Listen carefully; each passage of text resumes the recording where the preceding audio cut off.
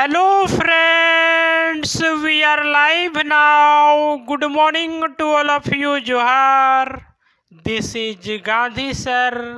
तो झारखंड की क्लास में आगे बढ़ते हुए आज हम लोग संथाल परगना काश्तकारी अधिनियम 1949 की कंप्लीट कॉन्सेप्ट की बातें करेंगे और ये देखेंगे किस प्रकार से संथाल परगना की धरती को, संथाल परगना के आदिवासियों को अपना हक और अधिकार बनाए रखने के लिए एक ऐसा अधिनियम लाया जिससे इसकी जमीन को कोई भी छीन नहीं सकता है। आदिवासियों के हक और अधिकार को कोई भी छीन नहीं सकता है।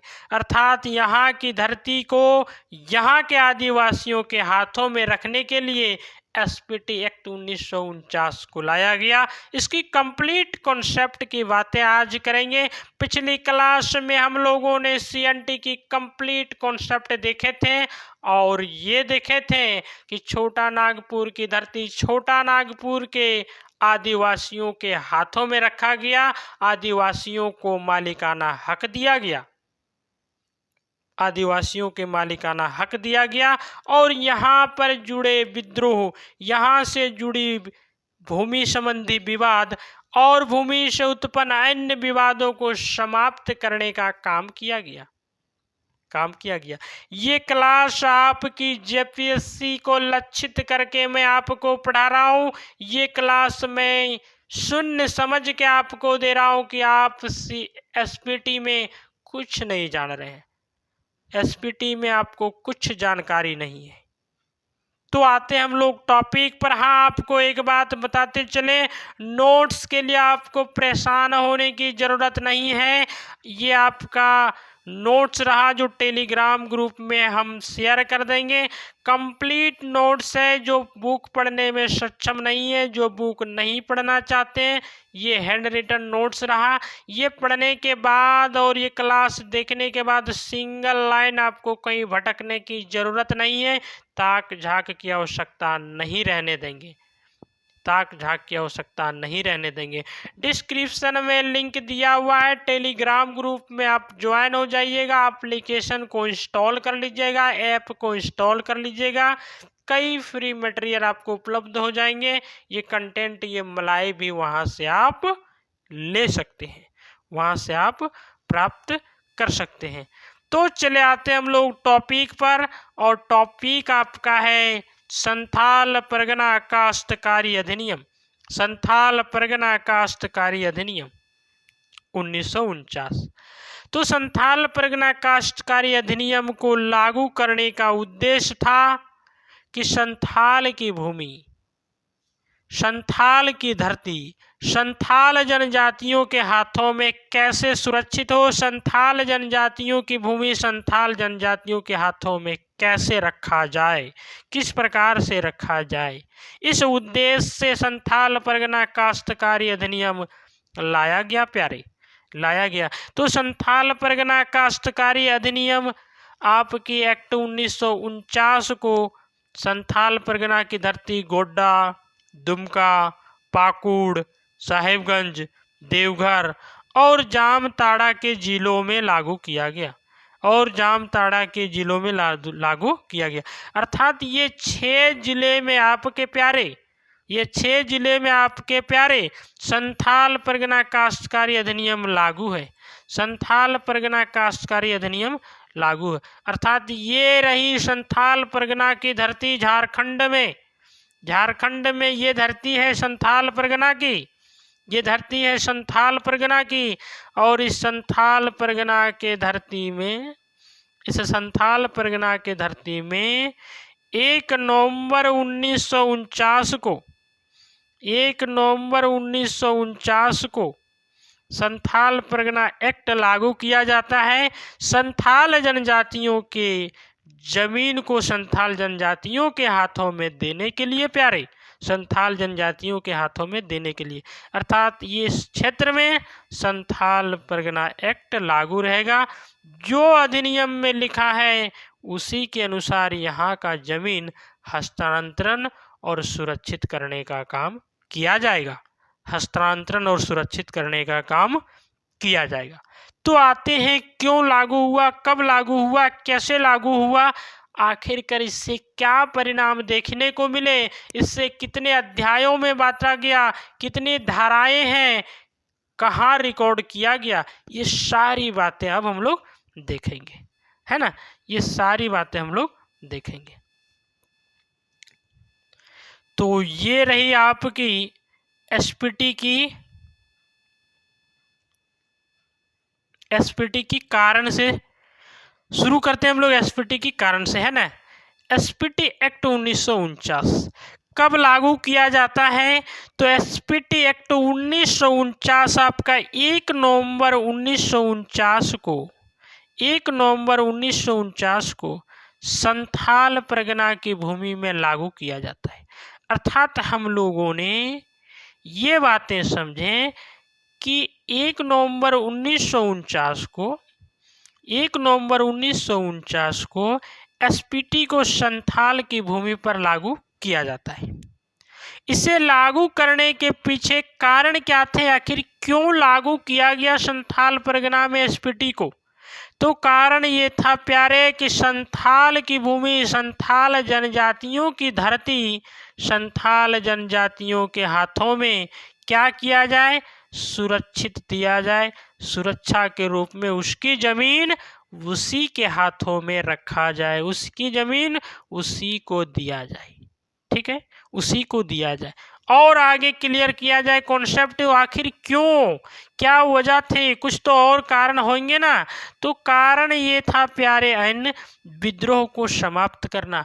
हम लोगों ने झारखंड में विद्रोह देखे, ढाल विद्रोह, बिरसा मुंडा विद्रोह, संथाल विद्रोह, पहाड़िया विद्रोह, चुआड़ विद्रोह, ये सभी विद्रोहों के मूल कारण में अब जाएंगे तो 2 कारण मिलेंगे प्यारे। एक तो बाहरी लोगों का हस्तक्षेप से शोषण का काम किया जा रहा था, दूसरी यहाँ के आदिवासियों की, यहाँ के मूलवासियों की, यहाँ की आदिवासियों की धरती को छीना जा रहा था, इसके हक और अधिकार को समाप्त कर दिया जा रहा था।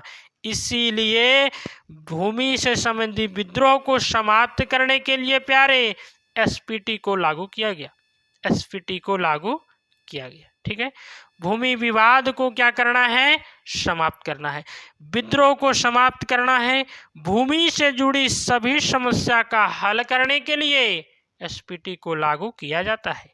सीएनटी में हस्तांतरण है, जबकि एसपीटी में हस्तांतरण की कोई जगह नहीं है प्यारे।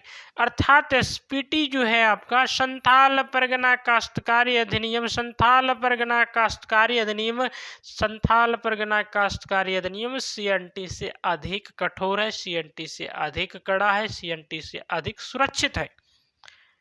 बातें क्लियर हो गई, सीएनटी से अधिक क्या है, सुरक्षित है। अब चले आते हैं हम लोग आगे, दिक्कू के हस्तक्षेप को रोकना।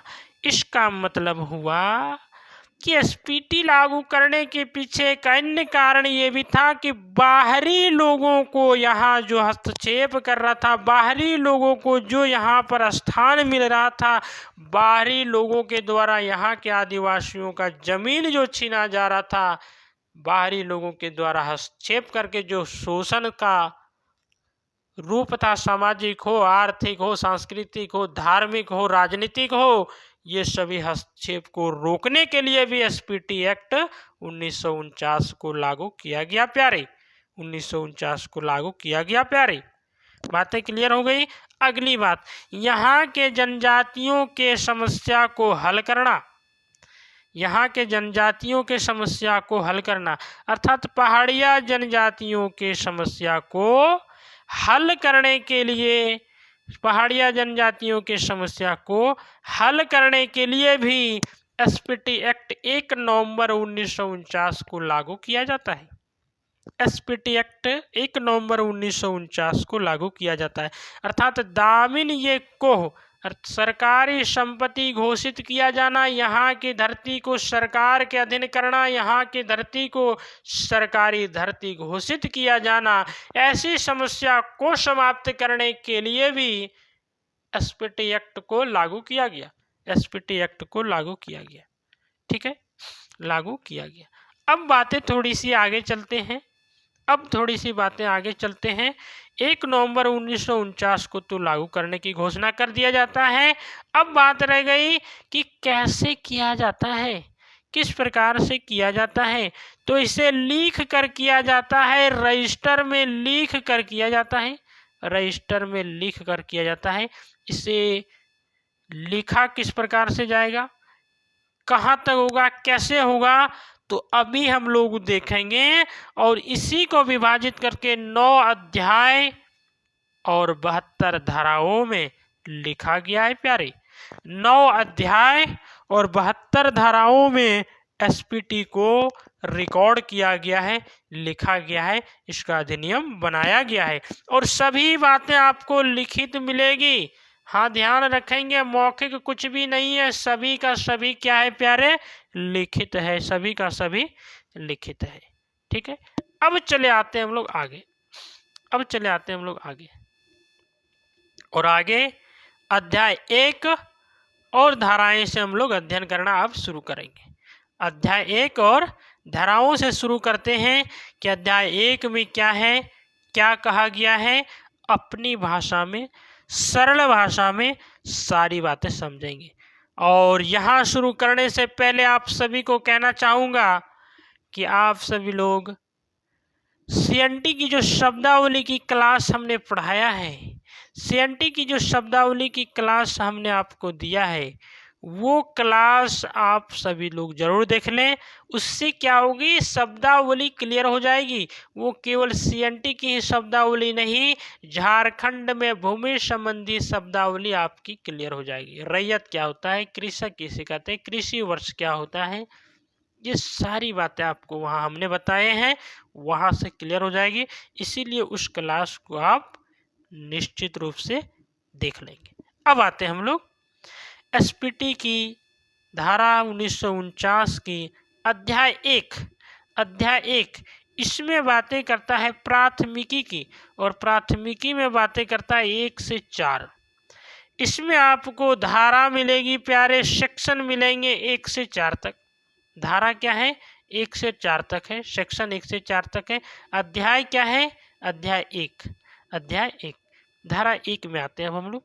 अध्याय 1 के धारा 1 अर्थात सेक्शन 1 में कहता है संक्षिप्त नाम, प्रारंभ तथा प्रसार।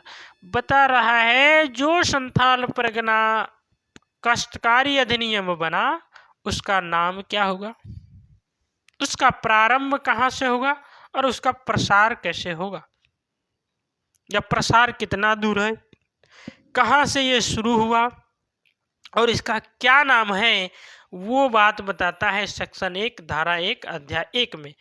दुमका, पाकुड़, साहिबगंज, गोड्डा, देवघर, जामताड़ा, इन क्षेत्रों में एसपीटी एक्ट लागू होगा प्यारे।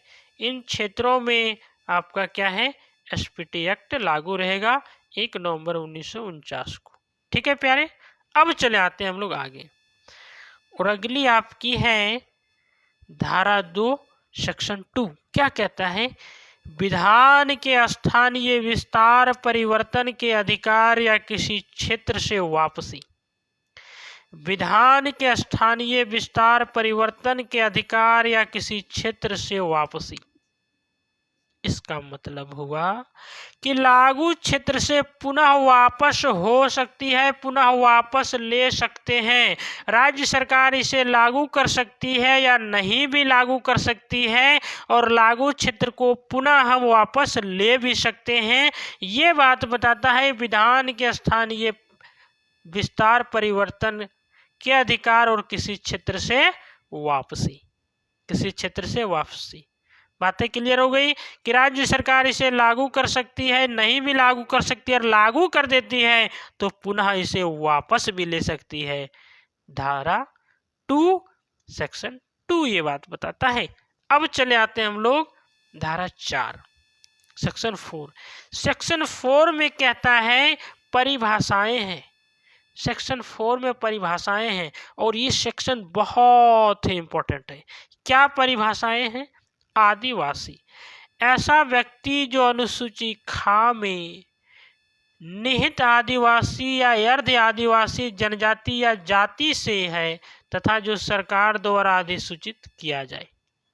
बता रहा है कि आदिवासी किसे कहेंगे, आदिवासी किसे कहेंगे, तो आदिवासी आप उसे कहेंगे या ऐसे व्यक्ति को आदिवासी कहेंगे जो अनुसूची ख में निहित आदिवासी या अर्ध आदिवासी जनजाति या जाति से है, तथा जो राज्य सरकार अधिसूचित करेगा, अर्थात जो राज्य सरकार अधिसूचना के तहत अधिसूचित करेगा कि ये आदिवासी है, उसे हम क्या कहेंगे, आदिवासी। उसे हम क्या कहेंगे प्यारे, आदिवासी। फसली साल, फसली साल किसे कहेंगे, प्रथम आश्विन से यह साल शुरू होता है। प्रथम आश्विन से शुरू होने वाले साल को हम क्या कहेंगे, फसली साल। ठीक है, फसली साल। ध्यान रखेंगे सीएनटी में कृषि वर्ष कुछ और था, यहाँ पर फसली वर्ष कुछ और है, कुछ और क्या, यहाँ पर आपको फसली वर्ष प्रथम आश्विन से प्रारंभ देखा जा रहा है। बांग्ला साल, बांग्ला साल किसे कहते हैं, प्रथम वैशाख से शुरू होने वाले वर्ष से कृषि प्रयोजनों के लिए कोई अन्य वर्ष चलता है, वहाँ उस वर्ष से है और उस वर्ष को बांग्ला साल कहा जाता है। उस वर्ष को क्या कहा जाता है, बांग्ला साल। अर्थात प्रथम वैशाख से शुरू होने वाले वर्ष से कृषि प्रयोजन के लिए कोई अन्य वर्ष चलता है तो वहाँ उस वर्ष से क्या कहा जाएगा, क्या कहा जाएगा, बांग्ला साल।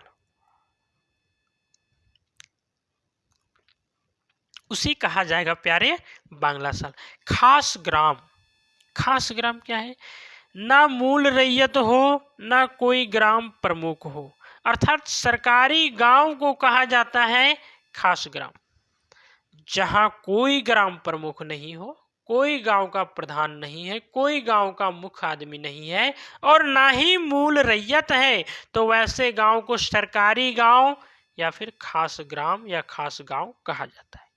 ठीक है, खास गांव कहा जाता है। अब चले आते हैं हम लोग आगे।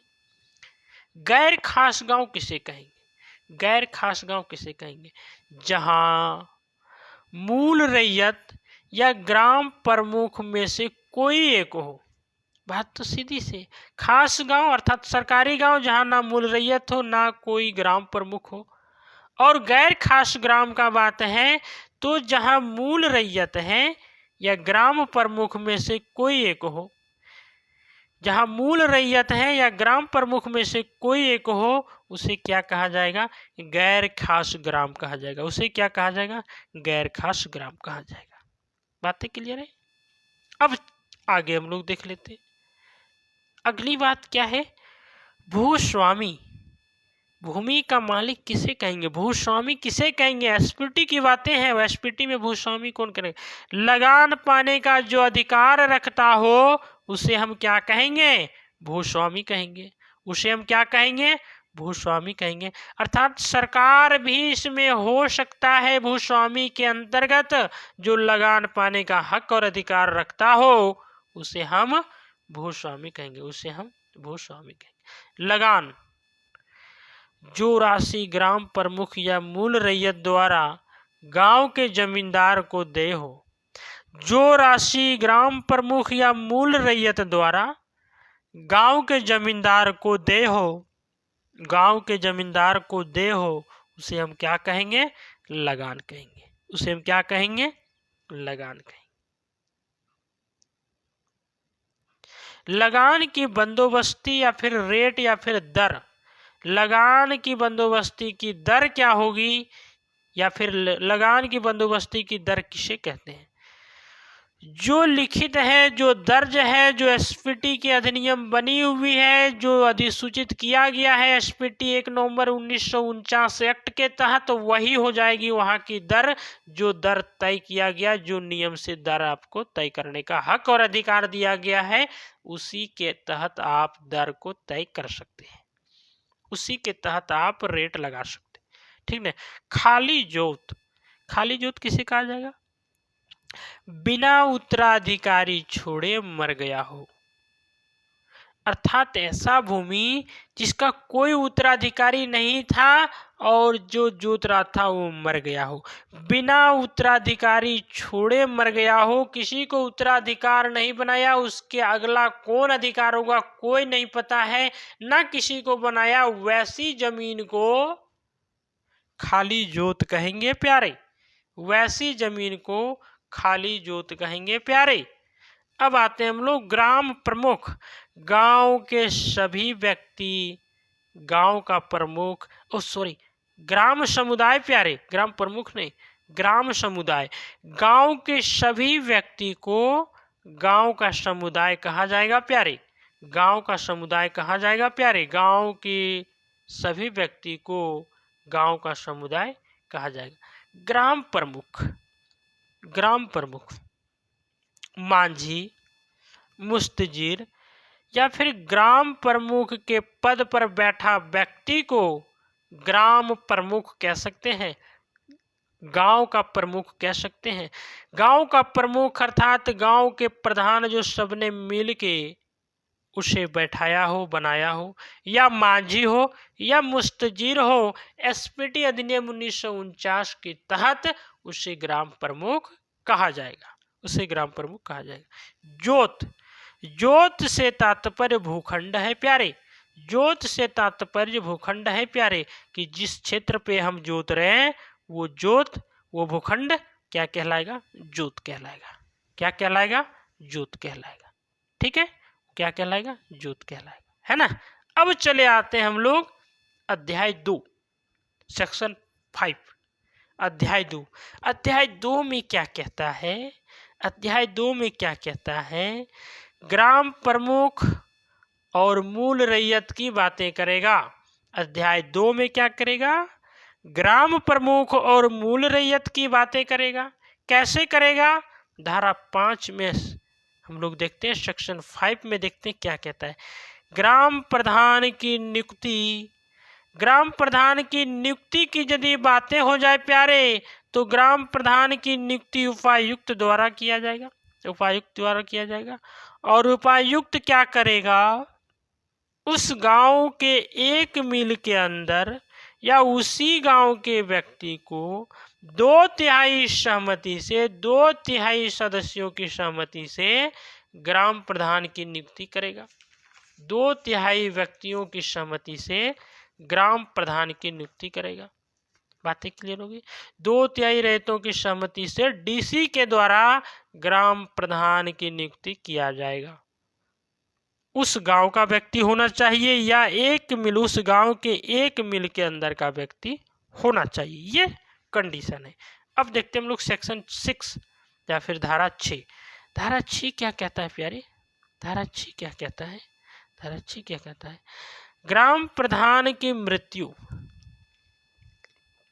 ग्राम प्रधान की मृत्यु, ग्राम प्रधान की मृत्यु यदि हो जाए, ग्राम प्रधान की कोई ऐसी समय आ जाती है और उसकी मृत्यु हो जाए, तो उपायुक्त के द्वारा 3 माह के भीतर ग्राम प्रधान की क्या करेगा, नियुक्ति के लिए आवेदन दिया जाएगा। 3 माह के भीतर डीसी को आवेदन दिया जाएगा ग्राम प्रधान की नियुक्ति के लिए, ग्राम प्रधान की नियुक्ति के लिए। बातें क्लियर होगी। कंडीशन याद रखेंगे, 3 माह के भीतर ही ये काम किया जाएगा, 3 माह के अंदर आवेदन दे दिया जाएगा। अब आते हैं सेक्शन 7 धारा 7, ग्राम प्रधान कबूलियत का लिखा जाना और जमानत देना। ग्राम प्रधान कबूलियत का लिखा जाना और जमानत देना। ग्राम प्रधान को पट्टा मिलेगा, राज्य सरकार के नियमों से शासित होगा। बता रहा है ग्राम प्रधान को एक कबूलियत का लिखा जाना और जमानत देना, ये बातें हैं। कबूलियत का लिखा जाना और क्या, जमानत देना। ग्राम प्रधान को पट्टा मिलेगा, जो गांव का प्रधान होगा उसे क्या दिया जाएगा, पट्टा मिलेगा। राज्य सरकार के नियमों से वो शासित होगा ग्राम प्रधान, ये बात बताता है धारा 7 सेक्शन 7। ठीक है, अगली बातें देखते हैं हम लोग, धारा 8, हर वो इम्पोर्टेंट धारा को हमने शामिल किया है जो आपके प्रश्न बनेंगे। और हमने पढ़ाई में कोई कटौती, शॉर्टकट फार्मूला लागू नहीं किया है। जितनी मेहनत से मैं आपको पढ़ा रहा हूं उतनी मेहनत आप अपने लिए कर लीजिए, सफिशियंट होगा, काफी होगा, है ना। आते हम लोग धारा 8। क्या कहता है? जमींदार द्वारा 3 माह के भीतर नए ग्राम प्रधान को जमाबंदी एवं खेवत खतियान की प्रतियां देगा। बता रहा है जमींदार जो है वो 3 महीना के भीतर नए ग्राम प्रधान को जमाबंदी और खेवट खतियान की प्रतियां जो होगा वो देगा। कितने समय की बात है? 3 माह के भीतर। 3 माह के भीतर। धारा 9 सेक्शन 9, ग्राम प्रधान को किसी प्रकार पदांतर का अधिकार नहीं होगा। बता रहा है कि ग्राम का जो प्रधान है, ग्राम प्रधान जो है किसी प्रकार से पदांतरण का अधिकार नहीं होगा। पद को किसी दूसरे को देने का अधिकार नहीं दिया गया है ग्राम प्रधान को। यही बातें हैं कि आप अपने पद को किसी को नहीं दे सकते हैं। धारा 9 में ये बात बताता है। धारा 10 क्या कहता है? वैसी भूमि जो खतियान में उल्लेख है।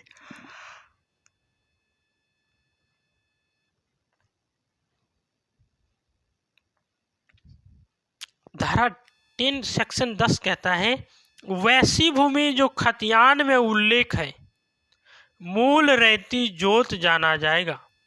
मूल रहती जोत जाना जाएगा। वैसी धरती, वैसी भूमि जो खतियान में उल्लिखित है, लिखित है, उससे मूल रहती जोत समझा जाएगा, मूल रहती जोत जाना जाएगा। ये बात किसमें बता रहा है? धारा 10 में, सेक्शन 10, है ना।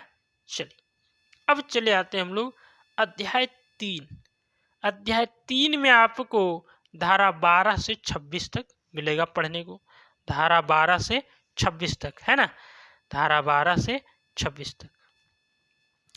तो अध्याय 3 हम लोग देखते हैं, धारा 12 से 26 तक रैयत के बारे में उल्लेख। इस अध्याय में अर्थात अध्याय 3 में रैयत के बारे में उल्लेख बताएगा। रैयत के बारे में उल्लेख बताएगा। धारा 12 रैयत के प्रकार। रैयत के प्रकार। रैयत के प्रकार क्या है? रैयत के प्रकार निवासी जमाबंदी रैयत, निवासी जमाबंदी रैयत, है ना, गैर निवासी जमाबंदी रैयत और नये रैयत। तो रैयत के प्रकार में हमने 3 प्रकार से रैयत अभी देख ली। एक हो गया नये रैयत, एक हो गया गैर निवासी जमाबंदी रैयत और एक हो गया निवासी जमाबंदी रैयत। अब इन तीनों को हम लोग क्लियर कर ले कि निवासी जमाबंदी किसे कहेंगे? उसी गांव का निवास होगा, सीधी सी बात है। उसी गांव का निवासी व्यक्ति को निवासी जमाबंदी रैयत करेंगे। गैर निवासी जमाबंदी उस गांव का निवासी नहीं होगा, उस गांव का निवासी नहीं होगा। और नये रैयत हो गया नये अभिलिखित जो है, नये अभिलिखित जो है उसे नये रैयत कहा जाएगा, है ना। अब आते हैं हम लोग सेक्शन 13 या फिर धारा 13। सेक्शन 13 फिर धारा 13। धारा 13 क्या कहता है? धारा 13 क्या कहता है? रैयतों के भूमि के उपयोग संबंधी अधिकार। रैयत को भूमि का उपयोग करने के लिए किस प्रकार से अधिकार प्रदान किया गया है, कौन से अधिकार दिया गया है, ये बातें बताएगा धारा 13। धारा 13 क्या बात बता रहा है? भूमि के मूल विशेष रूप से नष्ट ना करे। भूमि के मूल्य विशेष रूप से नष्ट ना करे, अर्थात भूमि की जो वास्तविक मूल्य है, भूमि की जो वास्तविक उपजाऊ है, भूमि की जो वास्तविक गुण है, विशेषता है, वो नष्ट नहीं होनी चाहिए। जोतने कोड़ने योग्य बना रहनी चाहिए, कृषि करने योग्य बनी रहनी चाहिए। ऐसा नहीं हो कि हम आपको कृषि करने दिए और ऐसा कुछ व्यवस्था या ऐसे परिवर्तन आपने कर दिया जो बाद में वो कृषि योग्य रहा ही नहीं हो, तो प्रतिबंध इस कंडीशन में, इस शर्त पर लगाया जा सकता है। इसीलिए रैयतों के भूमि संबंधी उपयोग पर, अधिकार पर कुछ नियम दे दिए गए हैं एसपीटी में कि जिस भूमि को जिसके लिए मैं आपको दिया हूं वो भूमि पर वो काम जारी होनी चाहिए, उस योग्य बनी रहनी चाहिए, उस योग्य बनी रहनी चाहिए। ठीक है, अब आते हैं हम लोग किसमें, धारा 14 सेक्शन 14 क्या कहता है। सेक्शन 14 धारा के अनुसार भूमि का उपयोग नहीं करता है तो डीसी को अनुमति के अनुसार बेदखल कर सकता है, डीसी के अनुमति के अनुसार बेदखल कर सकता है।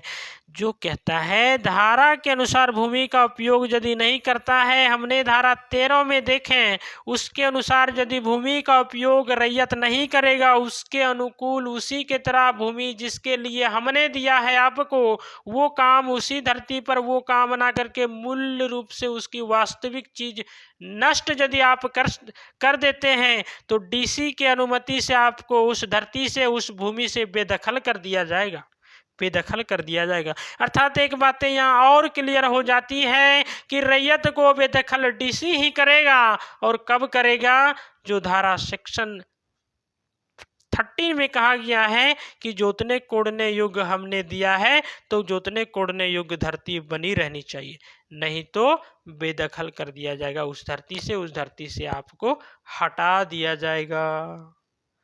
ठीक है, इसमें किन्हीं को कोई कंफ्यूजन हो रही है क्या? चलिए अब अगले सेक्शन में जाते हैं हम लोग। अगला सेक्शन क्या कहता है, अगला सेक्शन आपका क्या कहता है, बहुत ही इंपॉर्टेंट है आपका, ये बहुत ही इंपॉर्टेंट है ये सेक्शन आपका, 26 तक आपको याद रखने हैं, बहुत ही इंपॉर्टेंट सेक्शन है ना। 15 सेक्शन क्या कहता है,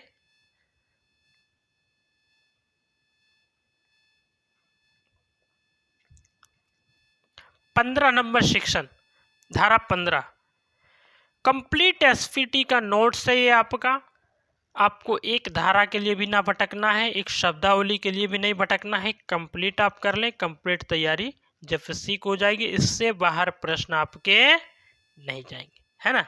चलिए ये रही आपकी क्या है ना पेन। चलिए सेक्शन 15 धारा 15 रैयत को ईंट खपड़े बनाने का अधिकार होगा, बता रहा है जो रैयत है उस रैयत को ईंट खपड़े बनाने का अधिकार होगा। अर्थात अपने काम के लिए, घरेलू काम के लिए या परिवार के जीवन के यापन के लिए या अपने आजीविका के लिए आप ईंट और खपड़े उस जमीन पर बना सकते हैं, आपको बनाने का अधिकार है। लेकिन ध्यान रखेंगे प्यारे, व्यापार के लिए आप ये काम नहीं कर सकते। 15 में कहता है कि आप व्यापार के लिए काम नहीं कर सकते, अपनी आजीविका के लिए ये काम आप करिए, कोई दिक्कत नहीं है। और 14 में हमने ये देखा कि जिसके लिए जमीन दिए हुए वे काम नहीं होगा तो बेदखल कर दिया जाएगा। 13 में हमने देखा कि जिसके लिए हमने जमीन दिया है उसका मूल प्रकृति बनी रहनी चाहिए। और 15 में हमने ये देख लिया कि अपनी आजीविका को चलाने के लिए ईंट और खपड़े का प्रयोग कर सकते हैं, बना सकते हैं। घरेलू परिवार के लिए आप जीवन यापन के लिए ये काम कर सकते हैं, ये काम कर सकते हैं। तो आज हम लोग सेक्शन 15 धारा 15 तक देखें, कल हम लोग पुनः इस पे क्लास देखेंगे धारा 16 से, धारा 16 से। ठीक है, धारा 16 से। तो आज की क्लास यही रखते हैं। आपको ये क्लास बढ़िया लगे तो लाइक करिएगा, शेयर करिएगा, अपने दोस्तों तक पहुंचाइएगा, अगला दोस्त अगले दोस्तों तक पहुंचाएगा, और इसी प्रकार से हम आप सभी लोगों के साथ जुड़कर एक बड़े परिवार में शामिल हो जाएंगे, एक बड़े परिवार में तब्दील हो जाएंगे और एक मजबूत शिक्षा की व्यवस्था हम सभी लोग मिलकर लागू करेंगे। तो आज की क्लास यहीं रखते हैं। Thank you very much.